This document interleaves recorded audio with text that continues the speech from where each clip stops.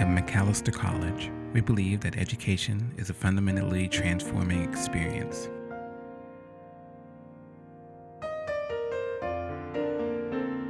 As a community of learners, the possibilities for this personal, social, and intellectual transformation extends to us all.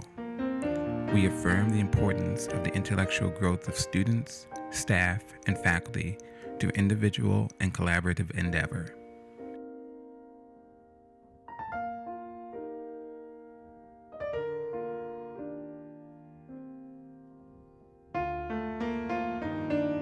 We believe that this can best be achieved through an environment that values the diverse cultures of our world and recognizes our responsibility to provide a supportive and respectful environment for students, staff, and faculty of all cultures and backgrounds.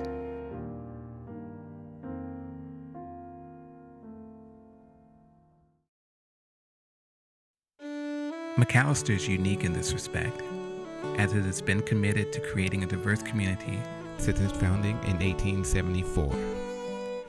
In fact, one of the institution's first benefactor was a man named Matthias W. Baldwin.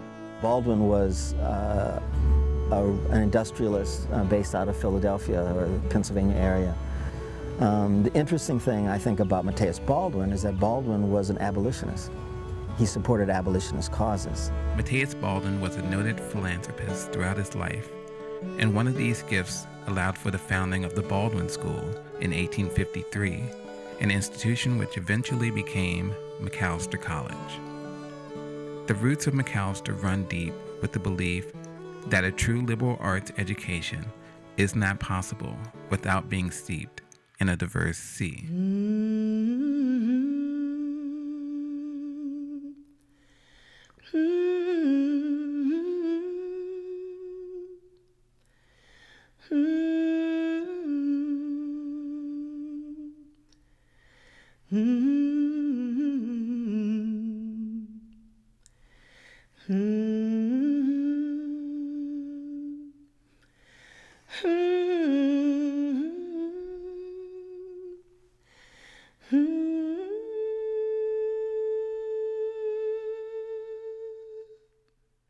I'm Sang-Kyu Kim, professor of physics at Macalester. Came to Macalester in 1965 and have been here ever since. I was born in Korea, and I came to this country when I was a teenager, and I started my American experience in the low country of South Carolina. Oh, really? In the 50s. So that was an interesting experience. I bet. I didn't know anything. I just came. America was very exciting, but I lived through the civil rights days in the South because I went to school in North Carolina.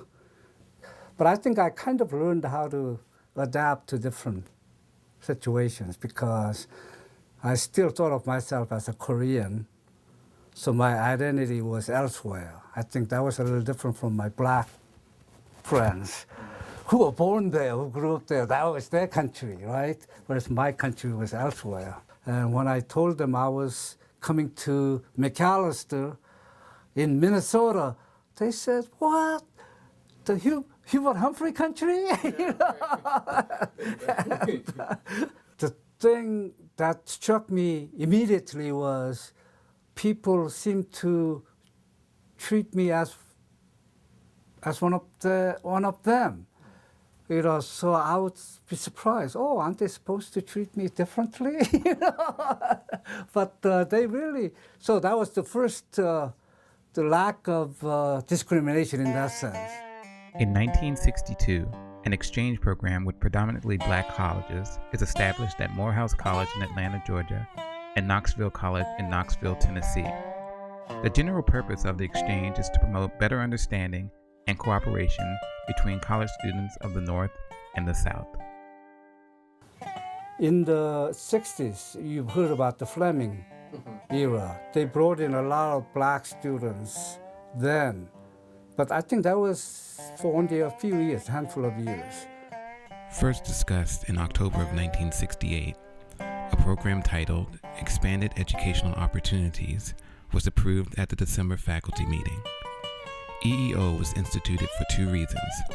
First, to improve the educational resources at Macalester by enlarging the diversity of the student body, faculty, and staff. And second, to provide an education for students who would otherwise be unable to attend a high tuition college.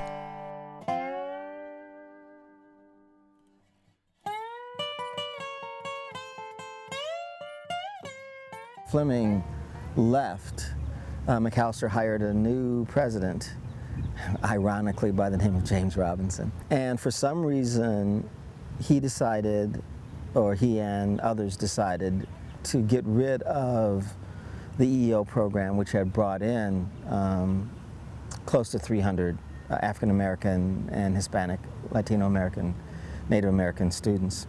I mean, a lot of those votes were unanimous in favor of those programs. So, but I heard the arguments in favor of those, and again, not being white, I didn't carry that guilt because I didn't do anything.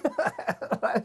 Whereas I think some of my senior faculty colleagues really carry that sense of guilt that their ancestors did not treat the other ancestors as they should have, right? As a result, a number of those students tried to meet with the president and were put off by him.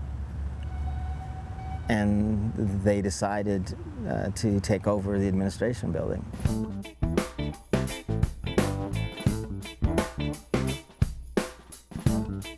I would say the rest is history. The problem with the history is that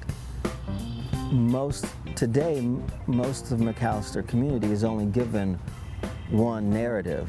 You might call it the master narrative or the grand narrative of what happened and the results of that. But that narrative is, I think, bunk history. It's incorrect.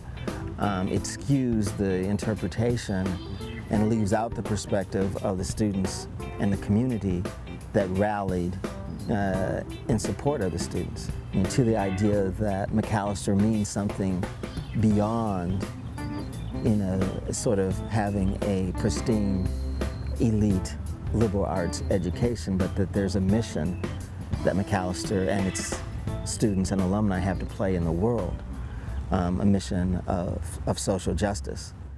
In 1967, the Black Liberation Affairs Committee was formed out of the organization Student Action for Human Rights.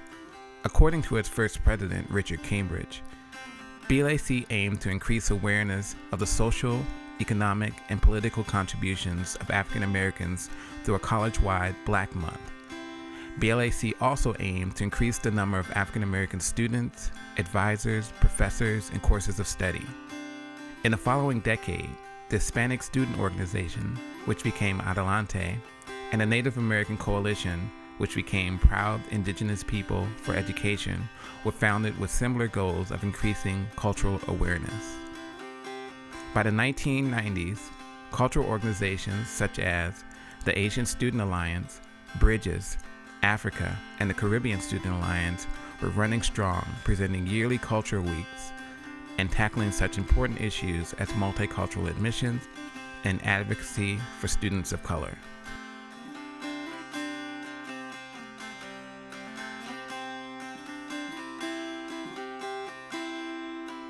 My name's Gaonu Zhang. I'm Hmong American.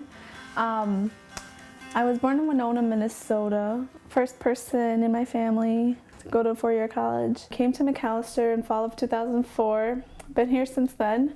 I recently declared an American Studies and History double major. I think I get the most pressure from my grandma. I don't want to disappoint her because she tells me a lot about her experiences in the U.S. I would say I had a lot of responsibilities at home, and I always focused on the family, and whatever I did, it was for the family first. I always put my family first. And then coming to Macalester, I had to focus on myself and what I wanted to do, and it was very hard for me because I had never been able to do that before. That was when I was first introduced to the Department of Multicultural Life. I talked to Carla a lot. She encouraged me to really think about what I wanted to do. She helped me define the different options that I had. Because I was just going in her office and I was just bawling in tears because I was like, my family needs me and it's so hard here, I can't do it, I gotta work off campus, gotta pay for school, there's too much to do, I can't do it all. And I was just like, whoa, all over the place and just like, you know, distraught. I know for sure that I'm not the only one who goes in and breaks down and cries and like, is like, oh, I don't know what to do. You know, with Carla and the Department of Multicultural Life with Cedric. I think the Department of Multicultural Life is a very strong support system. American Studies historically developed as a field that was very conventional. Where American Studies has really gone in the last 15 years, and if you go to the conferences, if you read the journals, if you look at the work of doctoral students in the field, the core emphasis is on multicultural America. And I think a lot of people are more comfortable with calling it ethnic studies or sort of the old rubrics like African American studies and so forth, because then it gets marked in a particular way. You can say, oh, okay, it's about marginalized groups, it's about people of color. People see multiculturalism and they see the culture wars, they see struggles over affirmative action, for example. They see all of the sort of social justice movements, whether it's civil rights, whether it's gay rights, whether it's women's rights. Everything that we fight over in America gets lumped into multiculturalism. I think we have to get away from privileging one racialized category over all of the ones that are both present at Macalester and are what we talk about in the classes in American Studies. My vision is that the American Studies Conference will continue to be in February, will continue to sort of mark Black History Month as this important location and this important moment, but that it will also talk about the ways in which race is a sort of larger phenomenon and a global phenomenon in the ways that we can consider it. The topic of this year's conference, environmental justice and human rights, could not be more appropriately chosen or more well-timed. I wonder whether in modern history we have seen a year that dramatizes more clearly the interrelationships among environmental policy and social justice, global climate and the global economy, disaster relief and racism than the year just concluded. When Hurricane Katrina hit, they saw the line between natural and unnatural disaster get fuzzy and then become blurred entirely. Many environmental justice activists concur with Kofi Annan, UN Secretary General, who, as you probably know, years ago was famous for making the statement that there is no such thing as a natural disaster, because the influence of human hands on these situations prior, during, and after the events are so much more important.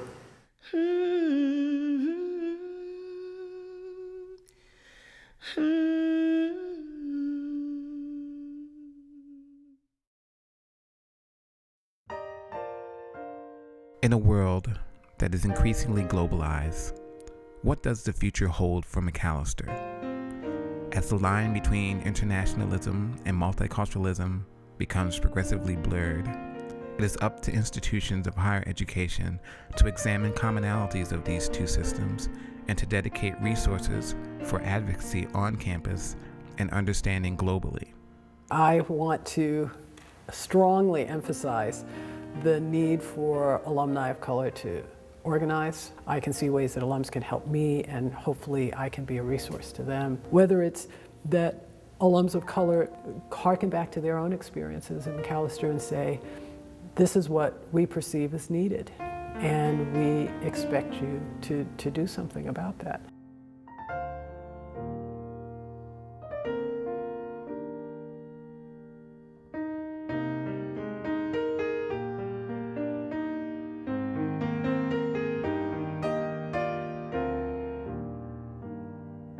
Macalester's had a long history of trying to promote understanding between cultures and has begun the new century with the goal of cultivating global citizens. Committed stewardship of this goal by the administration, faculty, staff, alumni, and students will assure its success and prove that multiculturalism is, indeed, a necessary ingredient of a good liberal arts education.